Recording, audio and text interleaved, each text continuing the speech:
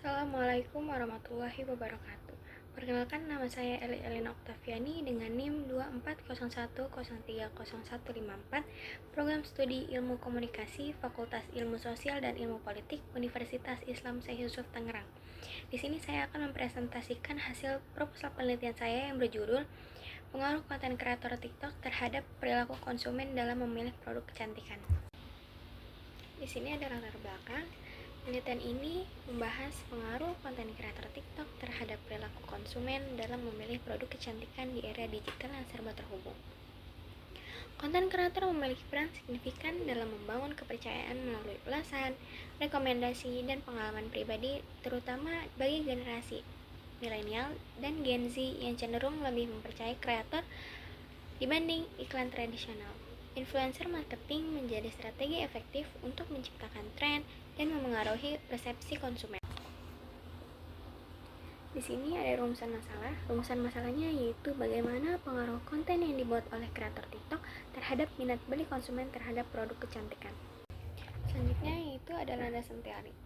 Penulis mencantumkan 3 landasan teori. Yang pertama yaitu konten kreator.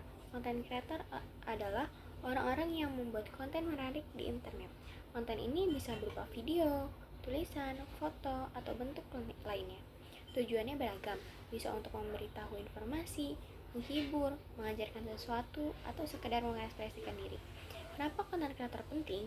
Karena mereka punya pengaruh besar dalam dunia digital, terutama di bidang pemasaran dan jual beli online atau e-commerce. Mereka bisa membuat orang tertarik pada suatu produk atau layanan sehingga penjual bisa meningkat. Bagaimana cara konten kreator dalam e-commerce? Jembatan antara produk dan konsumen. Konten kreator memperkenalkan produk baru kepada banyak orang melalui konten mereka. Selanjutnya, membangun kepercayaan. Ketika orang sering melihat konten kreator yang mereka sukai merekomendasikan suatu produk, mereka cenderung lebih percaya dan ingin membeli. Selanjutnya, hubungan yang saling menguntungkan.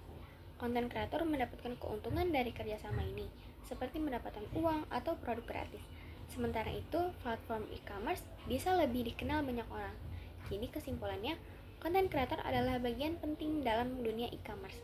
Mereka membantu produk atau layanan sampai ke tangan konsumen dengan cara yang lebih menarik dan efektif. Landasan teori yang kedua yaitu TikTok. Kemampuan TikTok untuk menyampaikan informasi secara cepat dan visual menjadikan alat pemasaran yang kuat. Perusahaan dan penjual dapat memanfaatkan platform ini untuk meningkatkan minat beli dan memperluas jangkauan audiens mereka, sehingga meningkatkan potensi penjualan. Dengan demikian, TikTok telah berhasil mengubah cara orang berinteraksi dengan konten dan berbelanja di era digital. Dan landasan teori yang terakhir yaitu perilaku konsumen. Perilaku konsumen adalah kajian tentang cara individu dan kelompok membuat keputusan terkait pembelian, penggunaan, dan pembuangan produk atau layanan untuk memenuhi kebutuhan mereka. Proses pengambilan keputusan ini tidak hanya melibatkan pertimbangan rasional, tetapi juga dipengaruhi oleh berbagai faktor, termasuk faktor psikologis, yaitu ini mencakup motivasi, persepsi, keyakinan, dan sikap individu yang dapat memengaruhi cara mereka melihat produk dan membuat keputusan. Yang kedua, faktor sosiologis. Lingkungan sosial termasuk keluarga, teman, dan budaya berperan penting dalam membentuk preferensi dan perilaku konsumen. Yang ketiga yaitu faktor sosio-psikologis.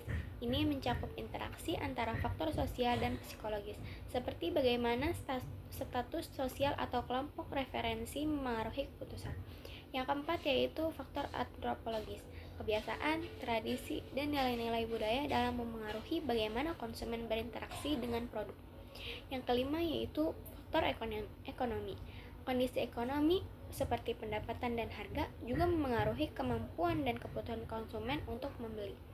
Proses keputusan pembelian biasanya melibatkan beberapa langkah, termasuk pengumpulan informasi mengenai produk, evaluasi berbagai pilihan yang ada, dan akhirnya menentukan produk atau layanan yang paling sesuai dengan kebutuhan dan preferensi mereka.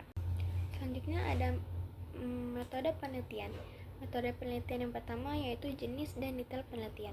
Teknik penelitian adalah proses yang berguna yang meliputi pengumpulan, analisis, dan interpretasi data tentang masalah penelitian. Penulis menggunakan kuesioner dalam metodologi kuantitatif penelitian ini untuk mengumpulkan data. Pendekatan penelitian ini berbasis survei.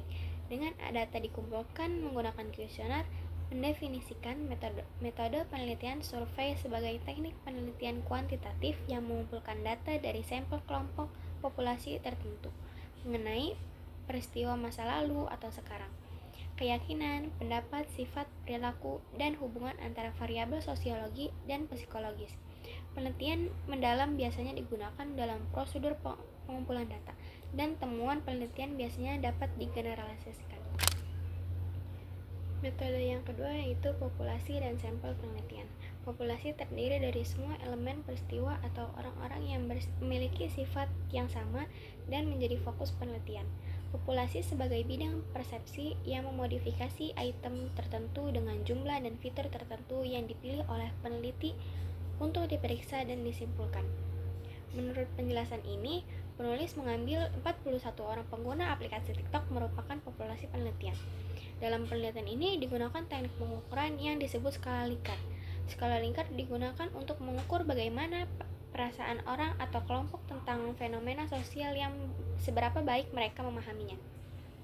Skala Likert ini digunakan untuk mengubah variabel yang diukur oleh skala Likert menjadi indikator-indikator variabel. Indikasi ini juga berfungsi sebagai titik awal pengembangan instrumen yang dapat berupa pernyataan atau pertanyaan. Metode yang ketiga yaitu teknik pengumpulan data. Tujuan utama penelitian ini adalah untuk mengumpulkan data terkait mengenai data sumber primer atau sekunder dapat digunakan untuk pengumpulan data. Data yang dikumpulkan langsung oleh pengumpul data tanpa menggunakan perantara disebut sebagai sumber primer.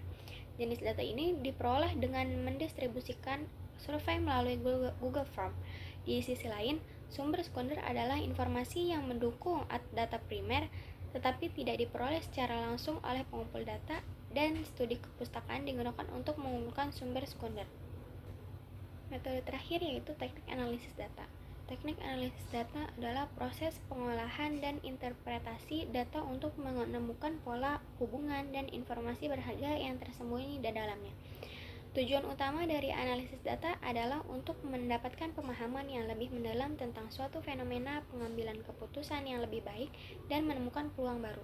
Berfokus pada angka dan statistik digunakan untuk data yang bersifat numerik seperti hasil survei, eksperimen, dan data transaksi. Cukup sekian presentasi dari saya. Semoga apa yang perlu disampaikan bisa bermanfaat untuk kita semua. Akhir kata, wassalamualaikum warahmatullahi wabarakatuh.